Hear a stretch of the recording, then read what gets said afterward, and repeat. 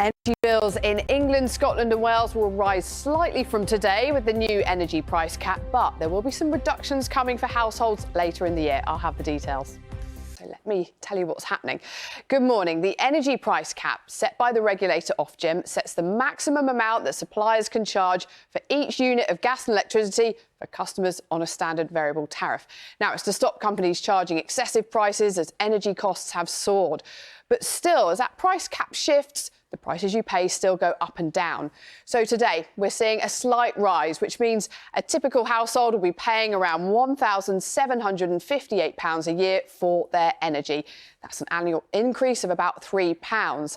But don't forget, because of the energy crisis we've seen in recent years, largely caused by the war in Ukraine, average bills, they're still about £700 a year higher than they were 5 years ago.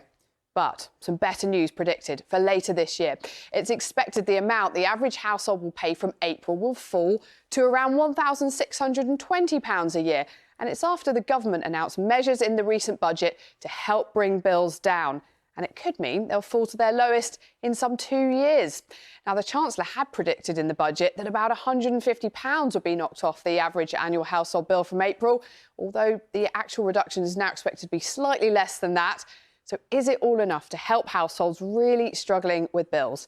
Coletta Smith has been finding out. So to help you with all this, we are going to have an energy expert on the sofa with us later. So we want people to get in touch, don't we? If you've got any questions about your bills, the usual ways to get in touch are on your screen now, because it can be really tricky to know. Stick on the tariff you're on, should you switch? And quite daunting with all the different options available, knowing where to start.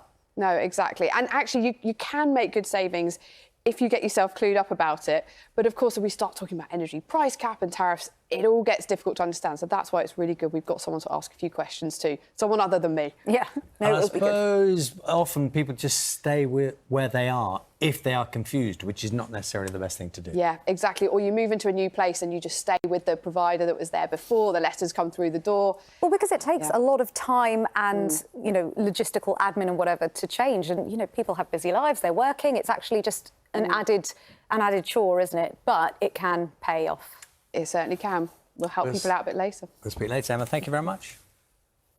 So in a nutshell, for lots of people, bills going up a bit now, but we could well be seeing quite a reduction coming up in the spring. So, bit of good news for once.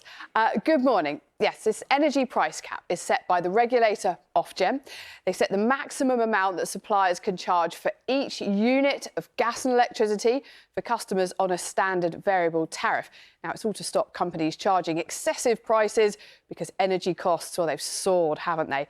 But still, that price cap shifts, so the prices you pay still go up and down. And from today, there is a slight rise, which means a typical household will be paying around £1,758 a year for their energy. It's an annual increase of about £3. But if you use more energy than the average, well, your bill may well be higher than this. And don't forget, of course, because of the energy crisis we've seen in recent years, largely caused by the war in Ukraine, average bills, it's painful, isn't it? Still about £700 a year higher than they were 5 years ago. As I promised, there is a bit of better news predicted for later this year, because it's expected the amount the average household will pay from April will fall to around £1,620 a year.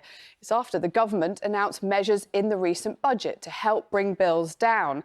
Could mean they'll fall to their lowest in 2 years.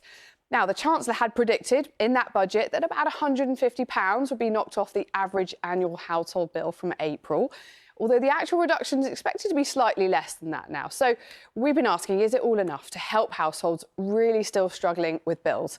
Coletta Smith has been finding out.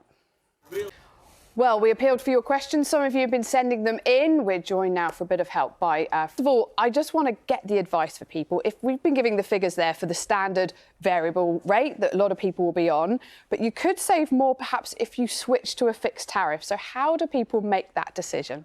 A few sites that can help with that. Here's one from one of our viewers that wrote in, Kate from Stroud. She's saying, she's asking for a friend. We all want to know this, actually. I don't know the answer to this one. Is it better to keep your heat on all the time during the cold snap, or better to have it on 2 hours in the morning and 2 hours in the evening? Would that be more economical? So it's a question that's come in from a viewer who, Lisa in Essex, says that she lives in an electric-only home, is on benefits, universal credit. Does she get any extra help towards the cost? And also, because of her mobility issues, she has frozen ready meals and they take a while to cook in the oven. And she says she really can't afford to eat them every day. There are so many people who are... Yeah, and certainly in Lisa's... The business of switching, the practicalities of it are tricky, that you've got to do a lot of stuff. Do you think... To us, just to finish off with, it says, good morning. Why is the UK always ripped off on energy prices? I'm saying here, France and Spain pay less than us. Why has the war in Ukraine not affected them in the way it has us? Are we getting overall... Thank you very much. Thank you. Happy New Year. Happy New Year. Thank you so much.